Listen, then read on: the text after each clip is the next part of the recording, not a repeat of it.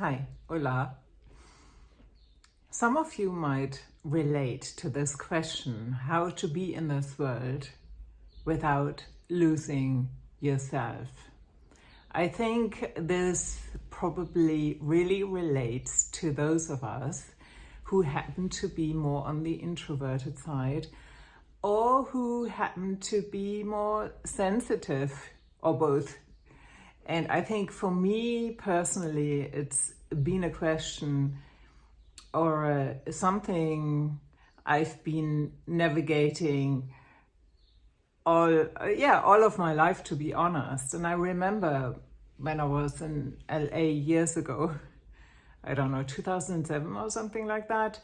And I did a film training. There was one gorgeous teacher. He was so good. And he had the opinion that artists, most of the artists always feel on the outside looking in, and that's like a superpower. And I guess it's kind of true, you know, like maybe that enables us to see things or perceive things others don't. But it's at the same time also a burden, because I think it's always this, like a walk on a tightrope, a little bit, you know, where it's always this question, how much am I going to be part of something? How much am I really going to be in this world? And how much do I need to step a little bit back to see the bigger picture?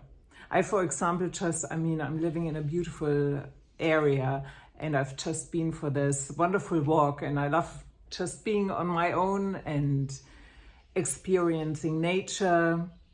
I also remember, you know, when the pandemic just hit and everything quietened down and people couldn't go to places anymore.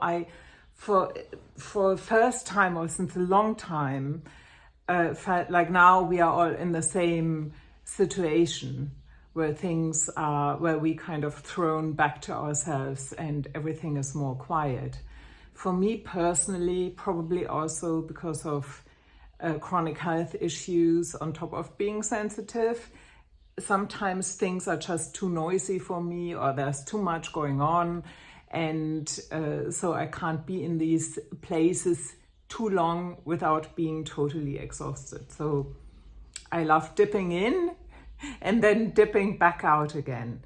And I love dipping into groups and then dipping back out again. I think that when you tend to be a little bit more agreeable as well, there is this danger when you with other people all of the time that you maybe adapt so much that you kind of lose yourself, and you literally need to take a step back and have a minute of quietness to ask yourself, what is it I want?